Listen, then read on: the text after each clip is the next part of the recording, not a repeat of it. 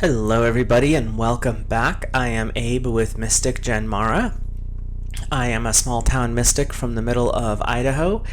Just kind of here to introduce you to some other ideas, maybe open your horizons a little bit to different concepts and beliefs.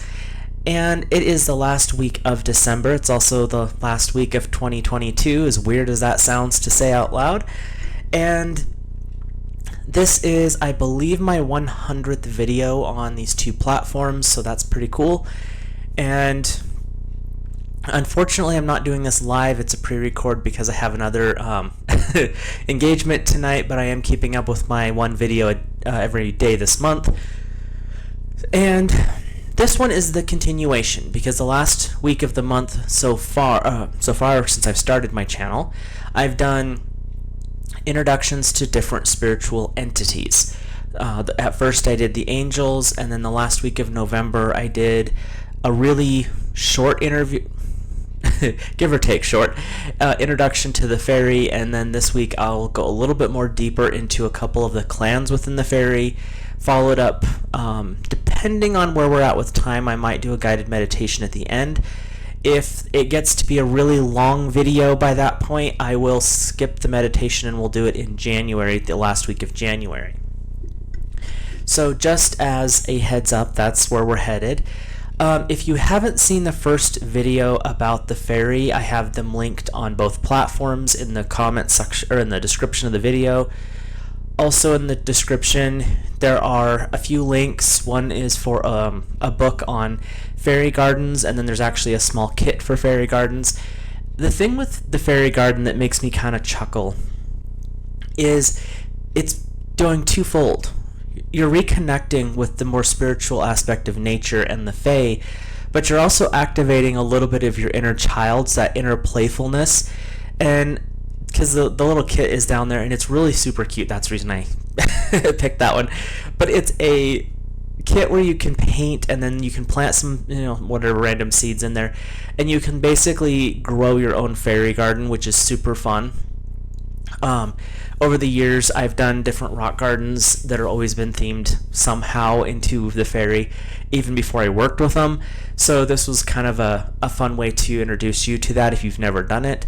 There's also the deck that I love to use, probably one of my favorite tarot decks of all time, is there. It's the Fairy Tarot. It's the one that I use most frequently by Radley Valentine. And then there is a book down as well called Connecting with the Fairies Made Easy. It just kind of goes over some basic ways to connect in. It's a little bit more on the, I guess you could call it the magic side of life. So just as a heads up, but that's there. And then the last link, and I put a big warning section in front of it because it's an adult fiction book series by an author who I absolutely adore. And she has done a massive amount of research for this book, but she puts her own theme on it. And in the original context, the fairy is not the little pixies like I talked about in the first video. They had some exceptionally warlike, violent tendencies. And so the book that it's a fiction book, and it's just something to be aware of if you're interested in it. It's got a little adult romantic themes in it. There's some interesting violence in it, and there is a lot of language, just the nature of the author. It's the first book in a series. I think there's 8 or 9 of them in the series. I can't remember. I've read them all multiple times because to me, they're fun and they're a good distraction from, the world. So I just want to make sure that you have a heads up if you choose to jump into A Kiss of Shadows as the first book in the series.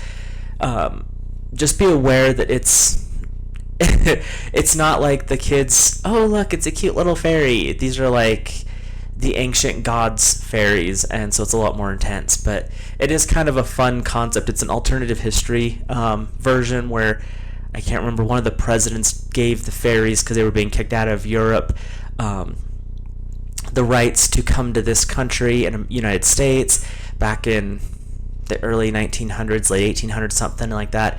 But they had to basically keep their wars out of the country. So if they decide to go to war, they have to leave. And so you have this like alternative history going on where a lot of people don't even realize that the fairy have arrived, even in today's culture, because she writes it from the standpoint of modern day. I think the first book was like in the late 90s or something. But it's kind of fun if you're interested. But we'll get back to the spiritual aspect of things here now. This is going to be going over a few of the different clans in the fairy. It's not an exhaustive list. This is some of the more noticeable ones. There's one in here in particular that I will say, if you ever happen to catch a visual sighting, run.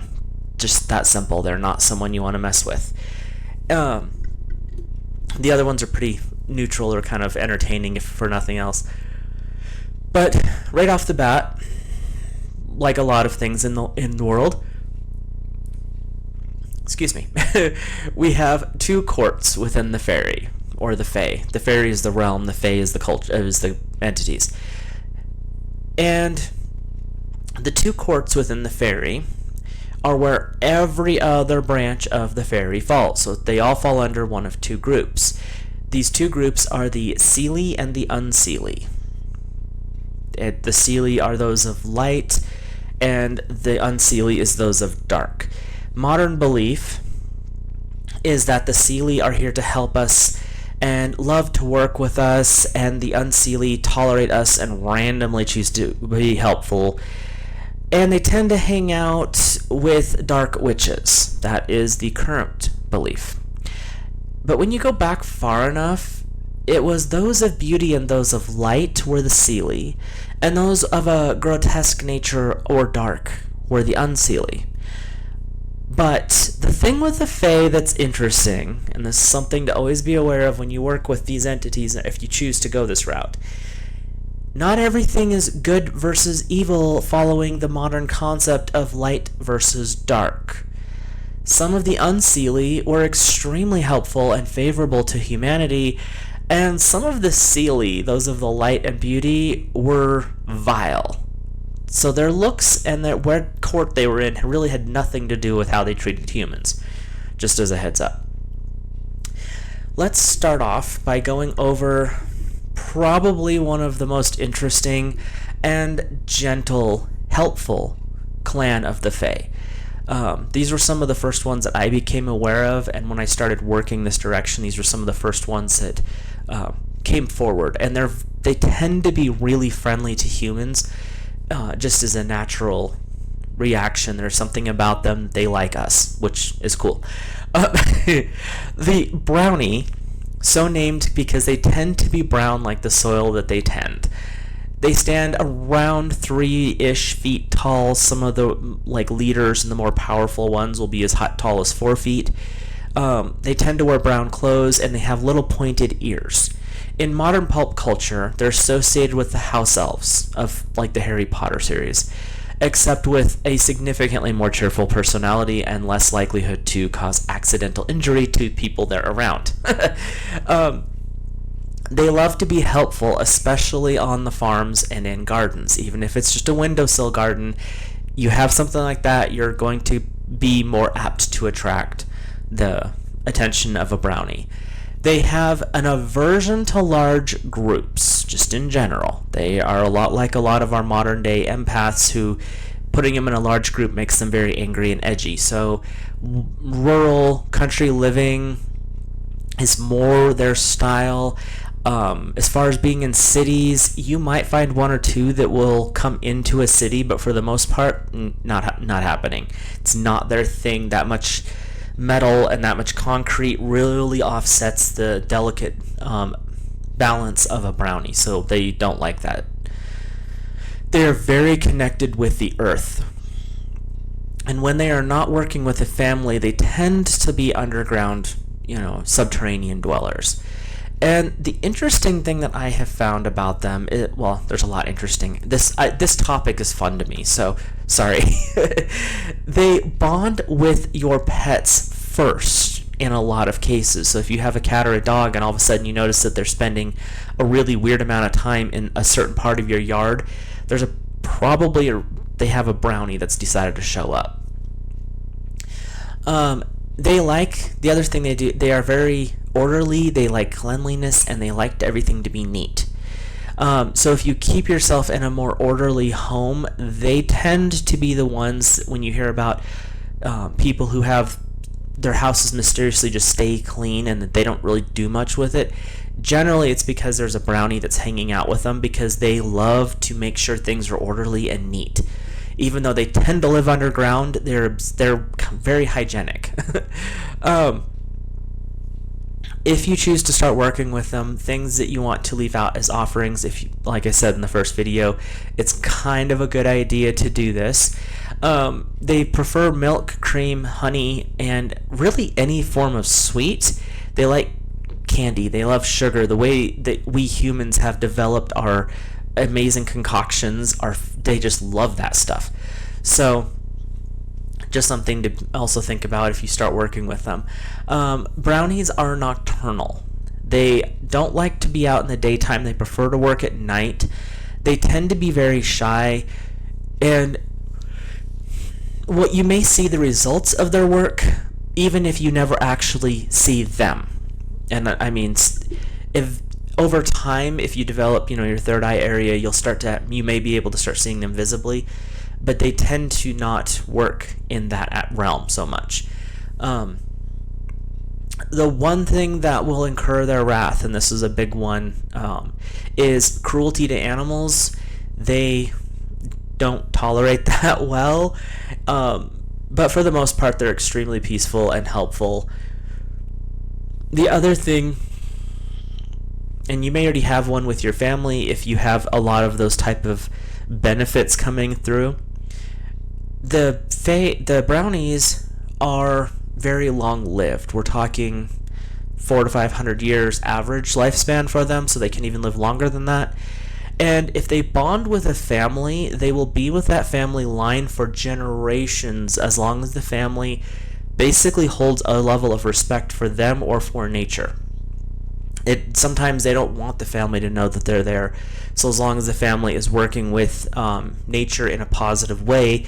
And that doesn't mean what a lot of people would say. When I say work with nature, ethical farming, ethical logging, ethical mining, being respectful and replacing, fixing, replanting, things like that, and doing it in the ethical standards, even amongst us, is a good way to keep them happy. It's the unethical stuff which, to be really honest with you, a lot of places have gotten away from unethical versions of that, just because they realize you can't, clear cut everything and expect it just to show back up. If you clear cut, you have to replant, and then you have to wait. Everything has a pattern, and brownies are good for teaching you some of those patterns as well. So, the next one, which is the one we usually assume when we think of the fairy, is the pixies and the sprites, coming in a whopping 4 to 6 inches in height. They're tiny. Although there is legends that the king and queen of the pixies and the king and queen of the sprites, because they actually are two separate classes, although we humans tend to lump them all together, the royal houses can be as tall as 12 inches, so about the size of a standard Barbie doll. Human-like features except for their exceptionally delicate-looking wings. They love flowers and the garden, which is why fairy gardens are such a way to get their attention. If you have a park near you, that's a good place to start looking. Sometimes they will be caught in the peripheral vision, your side vision, as little balls of light, the smaller ones, not the royal, obviously. To get them to come around your home, the fairy garden concepts are actually the best way to attract them, especially if you add, because a lot of your modern day fairy garden kits that you can buy use wheatgrass and things like that, which is cool. Look, makes it for a great effect. But once you get an established growth within your fairy garden, if you add things like small flowers like Alyssium, and they have white and a multicolored purple, just take and stick a little bit of that in there, or moss rose, portulaca, however you want to say it. Adding stuff like that just to get the more colors, you're going to attract more with the flowers, just saying. Little houses, live plants native to your area, and water features if you can manage it. Not always a functional way to functional thing to have.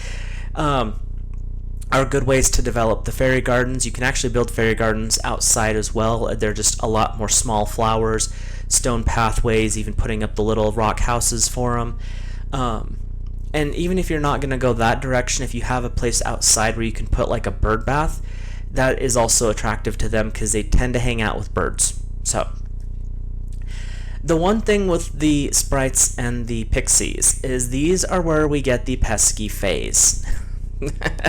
They think it's great fun to hide your keys or your garage clicker. They will hide the remote and any other electronics. So it's like if you have your TV remote and it's disappeared somewhere and you know you left it on that couch cushion, they probably hid it in the bathroom. They are notorious for this kind of stuff. And generally they don't do it to be malicious. They just have a odd sense of humor. In most cases, if you start noticing this kind of stuff happening and you live alone, so there's like no other option, asking them politely, they'll return it. It'll like just show up next to you. It'll fall down the stairs, whatever. They'll give it back. They're just being, themselves. The one thing with these guys, just like the brownies like a lot more cakey stuff. In my experience, the pixies and the sprites, they are the ultimate sweet tooths within the fairy. These creatures, don't give them things like milk, cream. That's not what they're interested in. They want hard candy. They want caramel. They want honey. They want the pure syrups. They detest corn syrup from what I have found because I think it's processed too much for them. But they love maple syrup. They like honey, things like that are more natural. And then, like I said, the weird part is they love things like caramel and hard candies and whatever. Find what works for you, because you might actually have ones that are more okay with even corn syrup, but they're just an interesting class in that respect. But they love their sweets.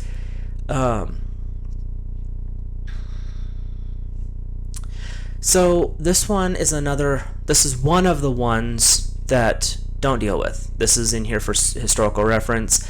Even from people who work in metaphysics, this is not someone that I recommend. Just don't. I'm bringing this one in for, like I said, historical references.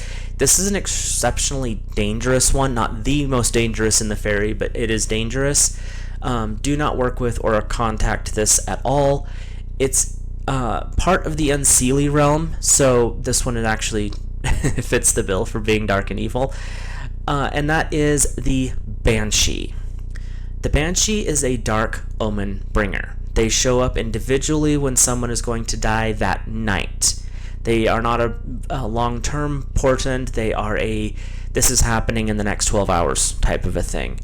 They appear as generally a white-haired, beautiful maiden or a hideous hag with long white hair. Seeing them is not the problem. Because they just kind of float around out in the woods usually. It's when they scream that's the problem. You've heard of the Banshee scream causing people to die of fright. There's some metaphysical truth to that. So if you just see one and they're not screaming, that's fine. Leave them go their way, you go the other way. If there is a group that you see wandering around wherever, it's generally a portent of a mass death event. This is usually they'll start showing up in clusters before a war, before a plague, like during the Dark Ages when they had bubonic plague. They were seen frequently. They usually start to cluster when there's a famine that's about to occur. Things like that cause mass death is when they usually become active. Avoid interacting with them just in general. Like I said, I included it as a historical reference, and if by some chance you happen to catch sight of one, say nothing, go the other way. Just don't respond, don't really acknowledge, don't make any noise towards it, just walk away. Simple as that. Now on to another one of the exceptionally well-known ones, just maybe you don't realize where the roots are to this, and that is the elves. If you have ever played D&D, read literature from Wizards of the Coast, and there's a fair amount of it, or read the Lord of the Rings books in particular, watched the movies, the long movies, not the TV series, those are more accurate portrayals of what an elf actually is. They stand, the short ones are around 5.5 feet tall. The truly, basically the pure bloods, because there is some attitude about that, can be as tall as 8 feet. They do actually have pointed ears, and their almond-shaped eyes will mesmerize. The good ones, the light workers, are exceptionally beautiful, very thin, but by no means frail. They are exceptionally strong beings. They love to create within the natural world. My nose looks weird today. Anyway, they guide the growth of trees and the formation of natural water features like ponds and lakes. For being popular in pop culture, they are rather reclusive. They want to stick within their own kind, away from humans, which is why I think the books are accurate in a lot of cases, because, like, if you read Lord of the Rings, the elves pulled away. If you read the Dragonlance books, they have the Qualinesti and the just lost the other one, but they pulled away from the land of humans. To them, the other races are just, they're not that great, and they want to be, elitists, so they have pulled away from everybody. They feel like they're above the foolishness of mankind, or even the other Fey races. They're kind of interesting, because what they did by pulling away is they started to create their own foolishness. Instead of pulling away in wisdom and knowledge, they pulled away in arrogance. And you don't solve problems by burying in arrogance, and so they just they have their own weird dramas.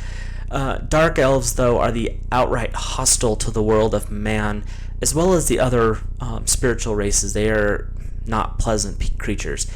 They don't like their humans. They don't like their own cousins, the lighter elves. They have given themselves over to darkness and evil, and they tend to work with dark witches and the term sorcerer because they want to cause chaos, and the more chaos and destruction, the happier they are, which is kind of sad and sick. But the next one is, especially if you are working with healing, is the divas. These are about the size of lightning bugs, and they kind of glow and flash in the same way. They're pretty tiny. They're about a half an inch as far as like a physical measurement. But they tend to show up when there are no natural lightning bugs. So there's parts of the north especially that don't have a lightning bug. And if you haven't seen them, Google on YouTube lightning bugs. They are super fun. I have family in Iowa, and I have friends in Iowa. And during the warmer evenings, you can see them. They're like little flashing stars in your front yard. They're so fun. But that's about the size of a diva. They are drawn towards manicured plants and gardens. So if you have topiaries, if you do bonsai, they love that stuff, and they will tend to swarm around it. They are masters at herbal and natural medicine. They are excellent guides if you are a healer, a nurse, a doctor, especially people who want to work more with plants as a physical medicine, not just as an energetic medicine. They are considered part of the Seelie court, and they like offerings of plant sugars, so cane sugar, beet sugar, honey, agave. They also appreciate slices of apples and oranges, and these are not strictly nocturnal, but when you make offerings, if you go that route, make them available in the evenings, that twilight period of time, just as the sun's setting. It tends to be a little bit more easy for them to pass between the worlds at that point.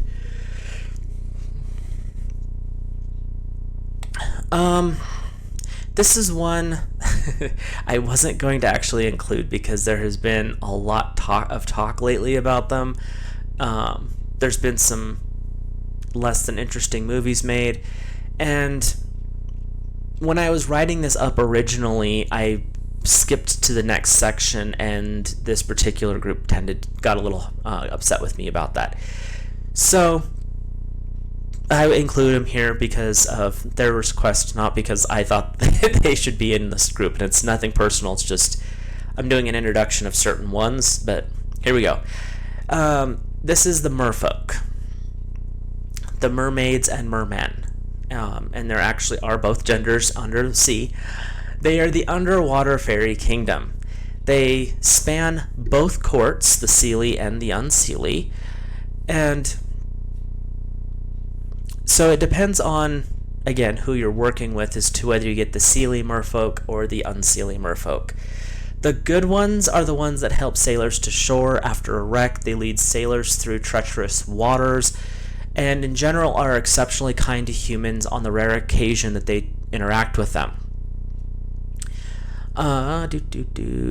The other thing with the Seelie merfolk, when they show up to be helpful, a lot of the times they will come through and work with their dolphin counterparts. So you may actually see them but not see them because they are masters of disguise in that respect. But that's kind of how they work. The Unseelie version of the merfolk is where we get the legends of the sirens, the mermaids that lead ships to their doom by their hypnotic songs. They hypnotize sailors to step off the sides of ships, and when they hit the water, they pull them under and drown them. The dark mermen are the muscle once the females lure the sailors overboard. So the female Unseelie merfolk will sing and sing and sing, and the guys will throw themselves off the ship, and then the males will pull them under and drown them.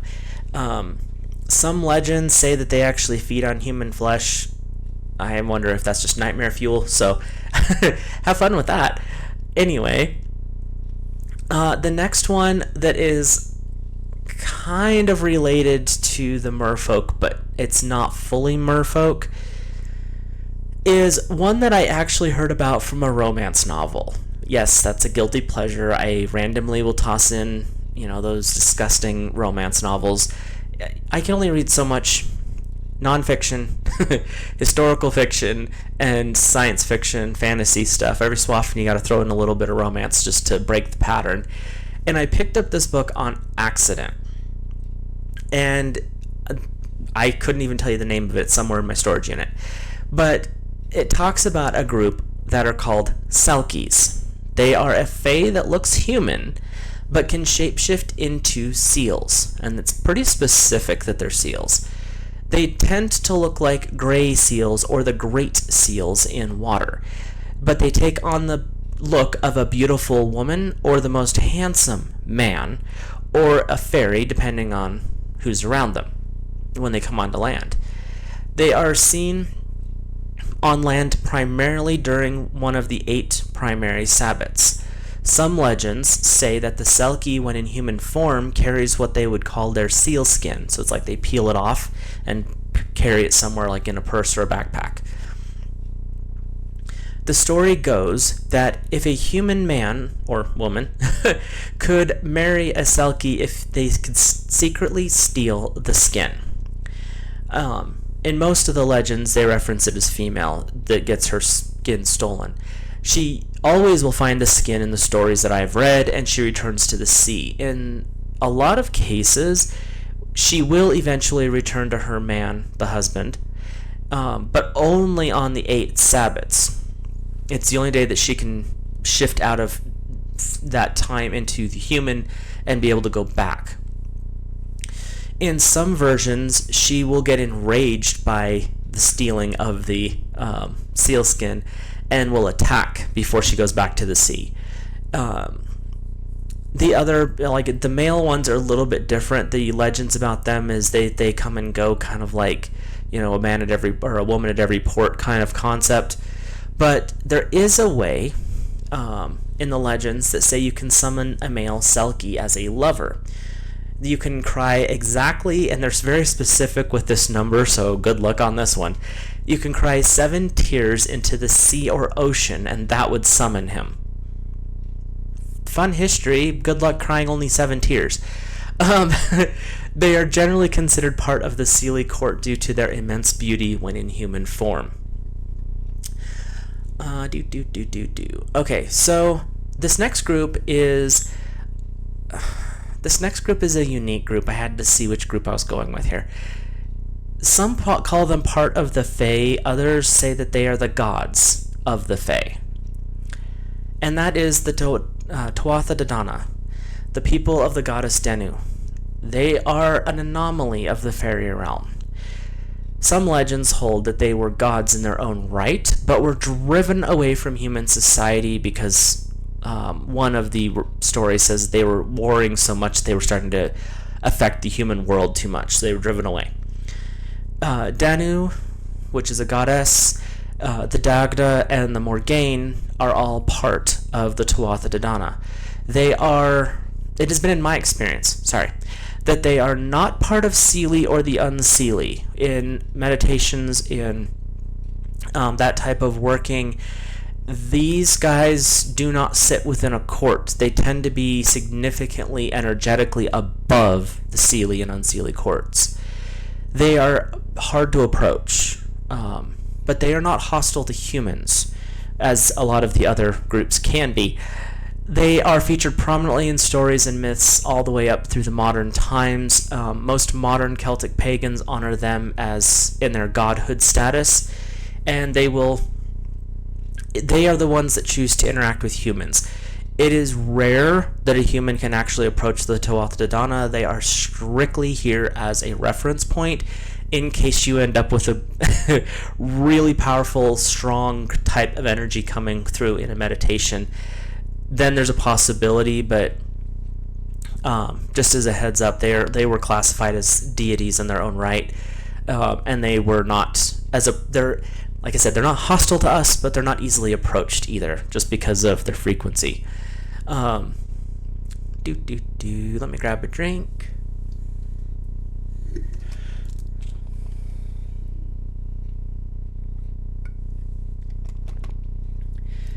Okay, so this is going to be the last one. I'm going to go through this one and then wrap this up because we already are in this quite a long wise. So we'll do a guided meditation into the Fae at the end of January. So something to look forward to. This is one that I wanted to bring forward because they're ones that, to me, I think we need to at least address because they do show up randomly. This is a dark version of the Unseelie court. This is one of the ones that literally there's nothing beneficial to these creatures whatsoever. They are strictly here to let you know what else is out there. They are rather unknown unless you study the Fae. And so if this is not something you're interested in, go ahead and you can end the video here. You're not going to offend me in the slightest. The group is called the Red Caps. One of the most dangerous of the Fae. They tend to haunt old mansions, castles, and ruins across Scotland and England. Although, let's just be real here, they're probably everywhere that is old and rotting with buildings. They tend to hang out in the decay and decrepit. They are named Red Caps since they wear a red hat. The style of the hat varies depending on what culture they're around, but they are always red. And it's not just normal red, it's red with the blood of their victims. They are thick, stocky creatures. Some legends say they are shorter, but I have read where they can be as tall as 7 feet. In their shorter versions, they look like little mushrooms with red caps on them. In their bigger ones, they are exceptionally massive, muscular creatures, but they always have this weird smell of rot around them. They are eaters of flesh, and human flesh is exceptionally sweet to them. Something to be aware of. If you catch sight of one and it hasn't seen you, run. Get away from them as fast as you can, but quietly. They have good ears. They don't tend to move very fast, but I wouldn't wait around to find out. Some of the stories say that they would dip their hats directly into their blood of their victims before eating the victims, which is gross. Others say that in their full magical, because they are a magical creature, in their full magic, when they're at war, the hat will naturally just produce blood on its own, and so they have this like terrifying look because their skin is that blue-white porcelain color, but you have this vibrant blood red pouring down over their faces, so it really makes them look terrifying. And there, like I said, there is no benefit in them whatsoever. There's no human interaction with these creatures. There is no benefit. They are just vile. They'll eat their own. They'll chase and murder other of their own culture within the Fae. There's nothing good about these creatures. Like I said, I bring them up as a reference only, kind of like the Banshees. Just as a heads up. I keep saying I do apologize. There are a lot more within the Fae. This clan, if we were to be really honest with each other, could number us into the hundreds within each court. So the Seelies could have 100 clans, the Unseelie could have 100 clans.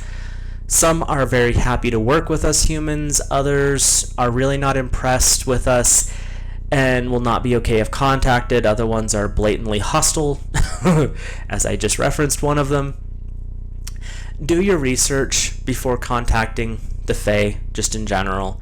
Like I said, I gave you a few ideas of who not to contact and ones that are a little bit more friendly to us.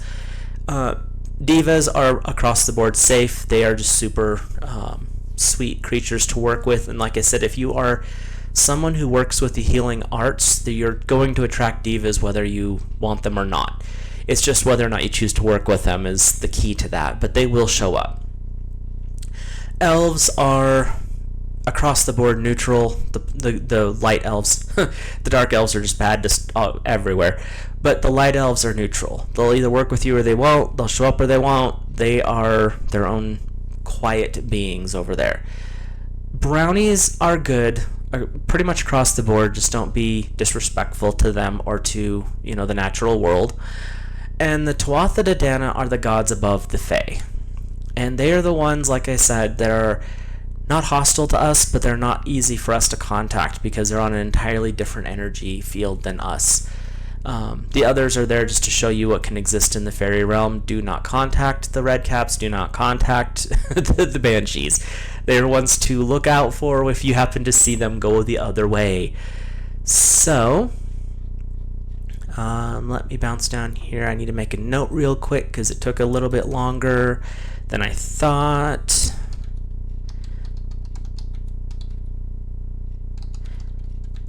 I just need to make a note for the January meditation part. So if you are interested in a meditation, I will do a guided meditation that'll probably take about 20-ish minutes to go through. So that, and I'll post about it probably in the community chats on the profiles here, so that you have an idea of when that will be, getting closer to it. After December, I will not be doing 7-day-a-week uploads and streaming, but I would like to try to keep it going with 2 to 3 times a week, doing some card readings, maybe keep going over stuff like this through the next little while. If you have any suggestions or ideas of things that you are interested in, I have, like I said, I've studied for over 20 years now into different metaphysical groups, different occult groups, different cults in general, because I've had a lot of questions. Something catches my attention, I go down a rabbit hole, pop back up going, what did I just do? I've had a few of those experiences. So there's a fair amount that I've researched over the years, and if I don't know about it, it gives me another rabbit hole to go to explore. So, like I said, everything so far has been pretty much neutral, healing, positive, which is great. I enjoy that, preferable to some of the other stuff. But if you have questions, comments, ideas, suggestions, let me know. We'll see what we can get covered. Eventually, I would like to start moving into covering some more modern day religious topics, things going on within maybe some of the legal world, just because we do have some unique rights and privileges right now, and that includes the freedom to practice. So keeping an eye on what's going on in the legal world is not a bad idea. So other than that, check out the links below for any ideas on how to work with the fairies, invite them in, activate your inner child a little bit and play around, or if you're looking for a new fiction series that happens to be a little bit darker but still revolves around the fairy. Those are all linked below. If you are interested in any of the services or products that I personally offer, I don't just do this. You can check out my website below, mysticjenmara.com. I offer crocheted projects. I have some spiritually themed orgone subtle energy generators, as well as I do private readings and energy balancing. So if you care to check that out, I will see you there. Otherwise, I will catch you in the next video, and I hope you have an awesome evening.